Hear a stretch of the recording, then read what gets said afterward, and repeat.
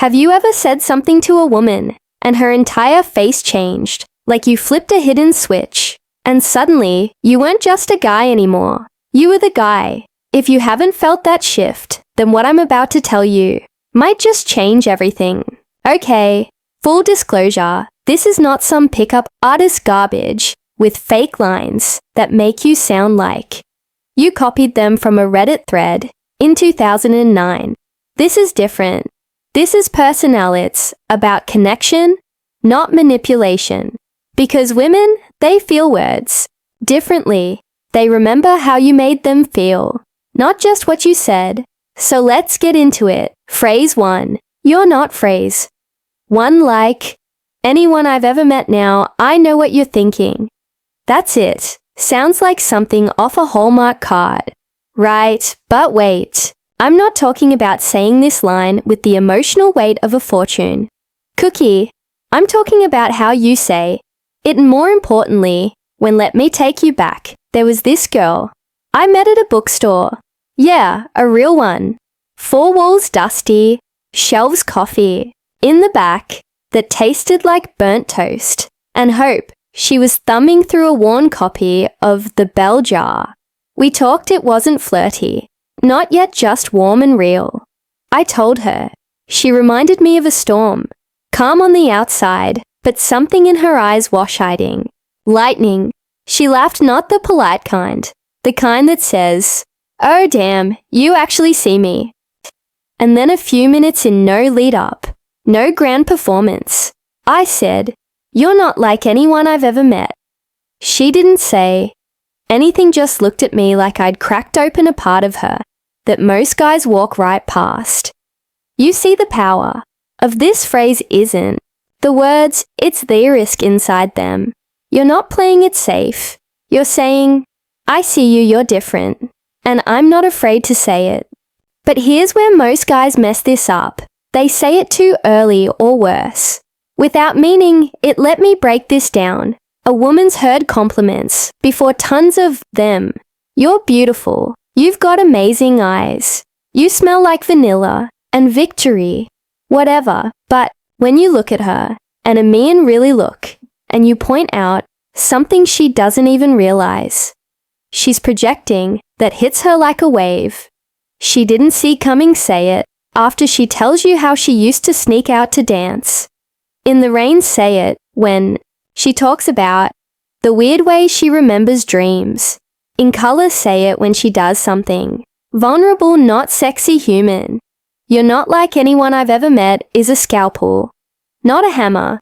Don't overuse it, but when it's right, it lands like lightning. And here's the kicker. The pause after you say it, let it hang. Don't rush to fill the silence. Let her feel it, that silence. That's where the magic happens. Phrase 2. I feel like I could. Phrase tapito. Talk to you for hours. Let's get one thing clear. This one is subtle, quiet, like background jazz in a smoky room at 2 a.m. It doesn't yell, "I'm into you," the way most compliments do. It whispers it gently, intimately, and in that whisper, there's power. So let me set the scene. Years ago, I was sitting on the floor of someone's living room during a party that had started out wild and slowly softened into vinyl records and red wine. Everyone was scattered on couches and chairs, half drunk and saying half smart things. I found myself sitting with this woman, let's call her Claire. Not the loudest person in the room, not the flashiest either, but she had this presence, the kind of calm that makes you forget you're supposed to be interesting. She was talking about some movie. She loved obscure French film subtitles and all, and I wasn't even sure I liked it, but I was hanging on to every word, and I remember it so clearly. There was this little lull in our conversation, and he leaned in just a little and said, "You know, I feel like I could talk to you for hours." She blinked, smiled, tucked her hair behind her ear, which I now know is one of those subconscious tells when something hits deep, and then she said, "That might be the nicest thing anyone said to me all night. See, here's what this phrase does. It validates more than just her appearance. It tells her, I'm not just here for how you look. I'm here for your mind, your rhythm, your weird little metaphors, and your side stories. And the way your voice rises when you talk about things you care about, it builds intimacy. Without being creepy, it invites emotional depth without saying, hey, tell me about your childhood trauma. And let me let you in on a little secret. When a woman hears this, it taps into something that a lot of men never speak to: her desire to be known, to be understood, to be seen not just as attractive, but as someone worth staying up until 300 a.m. for just to hear one more thought about why she believes trees are secretly alive.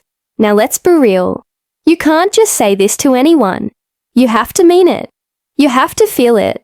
And most importantly, you have to say it. When you're both deep into a vibe, when it's just the two of you in that little emotional pocket where time slows down, like the world's got their finger on the pause button and it's just you and her, and this strange soft gravity pulling you closer, this phrase sinks in. Because it tells her, hey, you're not a checklist. I'm trying to complete. You're a person I want to explore. And it works both ways. If she says something like, I feel like I've known you forever, or this is so easy. It's weird you're in that space where attraction becomes attachment, and this phrase, it nudges it forward without ever forcing it. But I'll tell you what not to do. Don't drop it 10 minutes into your first date just because there's no awkward silence. Don't use it as a trick to sound deep, and for the love of all things, wholly don't say it. While looking at your phone, look her in the eye. Let it land. Let it breathe. It's not a magic spell. It's an invitation.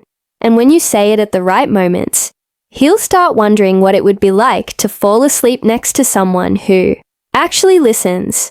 Someone who makes her forget to check the time, someone who makes conversation feel like home. But if you think that one hit deep, wait till you hear the last phrase. Because the third one, that one reaches straight into her soul. Phrase 3, you make me feel lucky. Phrase number 3, just being here with you. Alright, this one's special. This is the kind of thing you say when there's already some fire between you.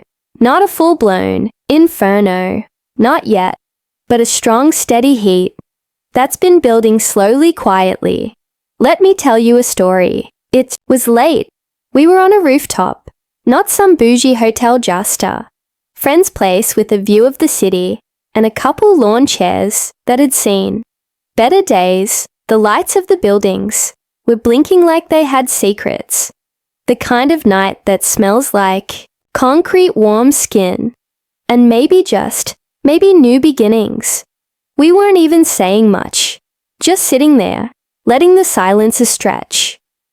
And then without planning it, without thinking about whether it was cool or not, I looked over at her, and she had her knees pulled up to her chest, sweatshirt sleeves over her hands, and I said, you make me feel lucky just being here with you. Now I want you to imagine that moment. Not flashy, not rehearsed, just real. She didn't say anything. At first just reached over and took my hand. Because that line isn't about impressing her. It's about honoring her. We live in a world where everyone's trying to prove something. Everyone's posturing. Everyone's swiping. Everyone's performing. Like love is a talent show, with a panel of judges. But this phrase, it cuts through all of that. It says, right here, right now. I'm not thinking about anyone else. I'm not comparing you to anything.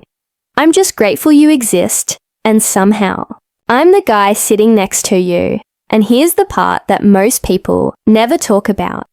Women are constantly being made to feel like they're replaceable. This phrase makes her feel irreplaceable. Not because she's perfect, not because she's got flawless skin or a million followers, but because she's her, because of the way she laughs when she snorts, or the way she turns serious when she talks about her dreams, or how she always orders fries and never eats more than 3. It's her, and you're telling her, that's enough. Now let me warn you, if you say this too early, it can come off as fake, desperate, like you're trying to fast forward the movie. But when the moment's right, this phrase doesn't just make her feel seen. It makes her feel safe, like she can put her armor down, like maybe you're the kind of man who doesn't just want something from her, but wants to build something with her. And I'll be honest with you, when he sighed that line, I didn't know if she'd say anything back. But what she did, she leaned in, rested her head on my shoulder, and whispered, I've never felt more wanted in my life. Look, you don't need a script to win her heart. You need presence. You need truth. These phrases, they're not tools. They're reflections of how you feel spoken out loud. So use them when they're real. Use them when the moment calls for it. And above all, say them like you mean them, because the difference between a guy she forgets and a man she remembers, it's how you make her feel when you speak now. If this hits something in you, drop a comment, share your moment, your memory, the phrase you said or should have said. And if you want more of this kind of real talk, you know what to do. Subscribe, stick around. Let's keep getting better together. Until next time, stay curious, stay kind, and say what you mean.